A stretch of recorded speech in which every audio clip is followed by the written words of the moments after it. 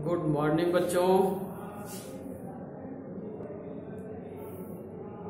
हिंदी काव्य के अंतर्गत हम लोग पाठ 1 पद जिसके रचयिता हैं सूरदास जी, जो पद हमारे पाठ्य पुस्तक में दिए गए हैं उन पदों में से कुछ पदों की व्याख्या आप लोगों ने पढ़ लिया है। कल तक हुआ था मैं अपनी सब गाय चरइयों। हमने बताया कि सूरदास जी ने भगवान कृष्ण के बाल रूप का बड़ा ही मनोरम वर्णन किया है। क्रमिक बढ़ते हुए वर्णन करते हुए अब हम यहाँ तक आ गए हैं कि बालक कृष्ण इतने बड़े हो गए कि वह अपनी माँ यशोदा से जिद करते हैं कि हे मैया, मैं भी बलदाऊ भैया के साथ गायों को चराने जाऊंगा। अब होता ये है, जिद करते हैं माँ यशोदा से कि मैं हर हाल में गायों को चराने जाऊंगा। ये पद हम लोगों ने पढ़ लिया था। तो होता क्या है कि जिद करते हैं तो माँ यशोदा उन्हें गाय चराने के लिए भेज देती हैं। जाते हैं, पहला दिन है, बड़े प्रसन्न खुश जाकर के गाय चराते हैं। दौड़ दौड़ करके गायों को छेकते हैं और जो ग्वाल वाले हैं उन्हें भी बालक कृष्ण को दौड़ाने में बड़ा मजा आता है। तो कोई ग्वाल कहता कि इधर से हाँक लाओ, कोई कहता उधर से हाँक लाओ। अब दिन भर जब बालक कृष्ण दौड़ते रहे तो शाम तक उनके क्या होने लगे, पैरों में दर्द होने लगा। जैसे ही गायों को चरा करके वापस घर आए तो घर पहुंचते ही सबसे पहले माँ यशोदा से शिकायत करते हैं। जो शिकायत की वही पद हमें पढ़ना है, अब उसी की व्याख्या करनी है। क्या है? मैया हौ न चरइहो गाई, मैया हौ न चरइहो गाई, सिगरे ग्वाल घेरावत मोसो, मेरे पाँव पिराई, जौना पत्याही पूछ बलदाहूं, अपनी सौह दिवाई, यह सुन माई जसोदा ग्वालिनी, गारी देत रिसाई, मैं पठवत अपने लरिका को, आवे मन बहराई, सूर श्याम में रोवती बालक, मारत ताही रिंगाई। तो जिसकी हम व्याख्या करने जा रहे हैं उसका संकेत डालेंगे। संकेत में हमने क्या बताया कि शुरू के 2 शब्द और अंत के 2 शब्द या एक शब्द लिख देते हैं। क्या कहा? मैया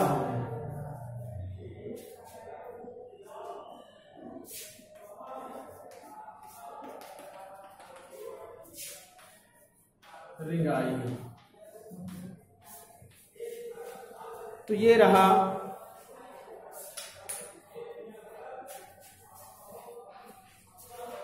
संकेत। संदर्भ हमने पहले ही लिखा दिया है, आपको अच्छी प्रकार से आता है। कॉपी में अपने जब नोट डाउन करेंगे तो अब बार बार नहीं लिखना, क्या लिख देंगे,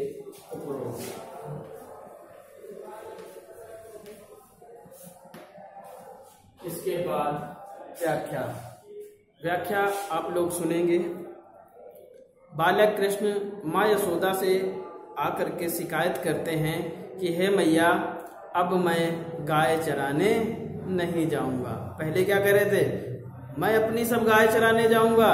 मना करने पर भी जिद कर रहे थे, नहीं मैं गाय चराने जाऊंगा। एक दिन चराने के बाद क्या हालत हुई, थक करके आए, पैरों में दर्द खुबता, तो आकर के मैया से शिकायत करते हैं और कहते हैं हे मैया, अब मैं गाय चराने नहीं जाऊंगा।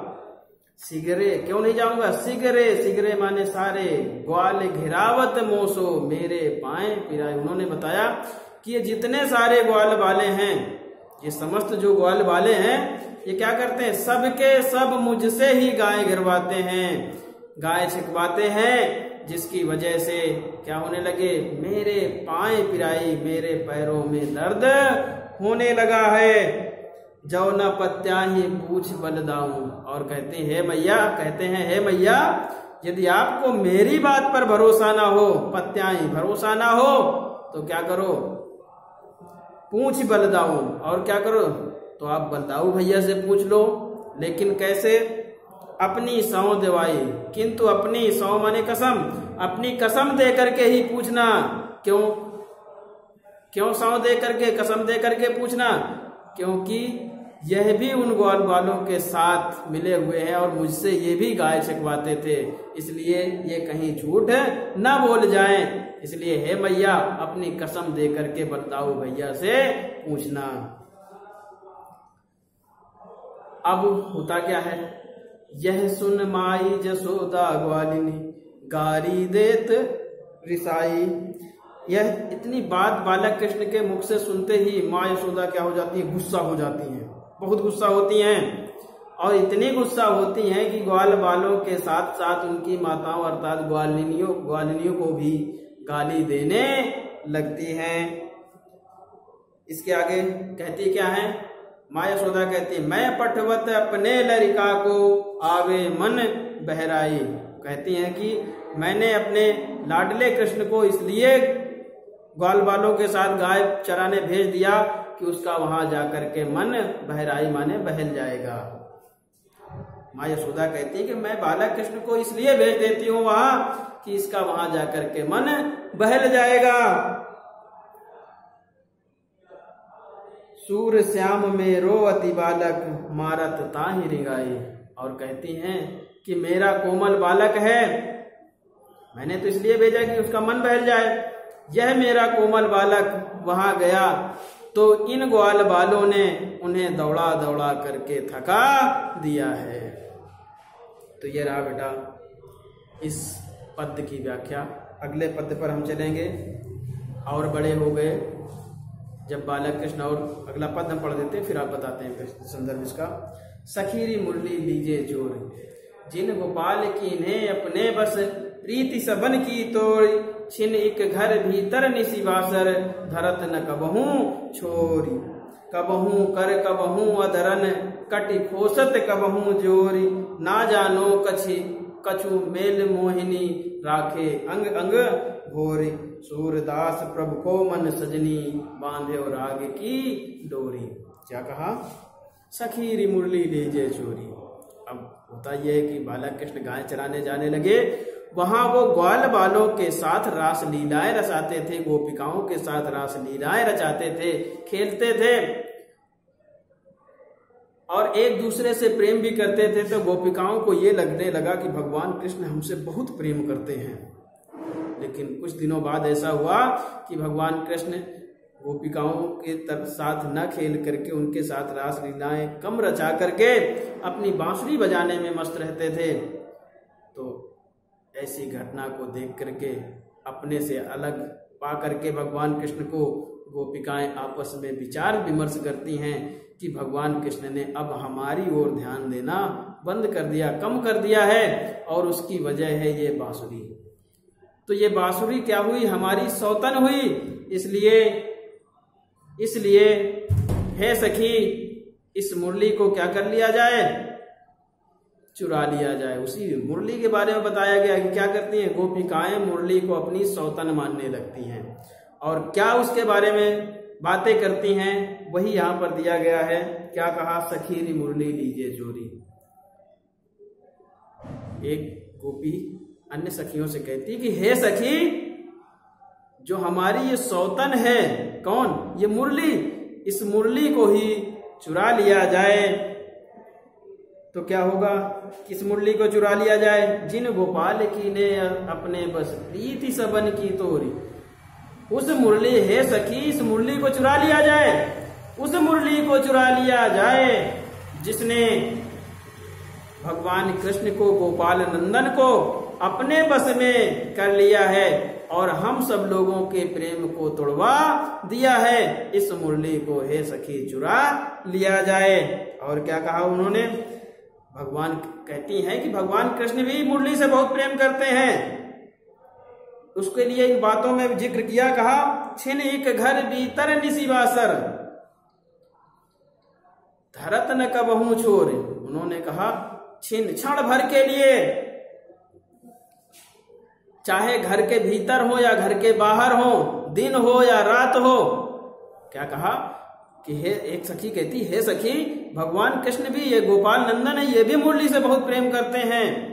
क्षण भर के लिए क्या, चाहे एक क्षण के लिए भी अपने से अलग नहीं करते, चाहे दिन हो चाहे रात हो, चाहे घर के भीतर हो चाहे बाहर हो, कभी भी ये अपने से मुरली को अलग नहीं करते हैं। कबहू कर कबहू अदरन कटि खोसत कबहू जोर। कबहू कर माने हाथ, कभी हाथ में लिए रहते हैं, कबहू अदरन, अदरन माने होठ, कभी हाथ में लिए रहते हैं तो कभी होठों से लगाए रखते हैं, और कभी उसे अपनी कटि माने कमर में खोस लेते हैं। ना जानो कछि मेली मोहिनी राखे अंग अंग।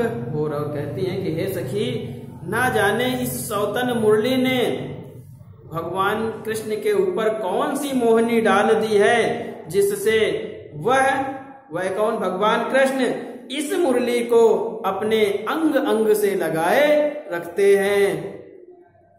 सूरदास प्रभु को मन सजनी बांधे और राग की डोर। और कहती हैं कि सूरदास के प्रभु अर्थात भगवान कृष्ण को, हे सखी, इस मुरली ने अपने प्रेम की डोरी से बांध लिया है। अब आगे, ऊधो मोहि ब्रज विसरत नाही। इनकी व्याख्या आपने कर ली। काव्यात्मक सौंदर्य में सब कुछ वही भाषा ब्रज होगी, शैली मुक्तक होगी, रस श्रृंगार रस हो जाएगा, छंद गेय पद, अलंकार, अनुप्रास। तो ये बातें हुई पूरे पद की। इसके आगे जो भी पद हैं उनकी व्याख्या अगली क्लास में की जाएगी। आज की क्लास यहीं समाप्त होती है। धन्यवाद।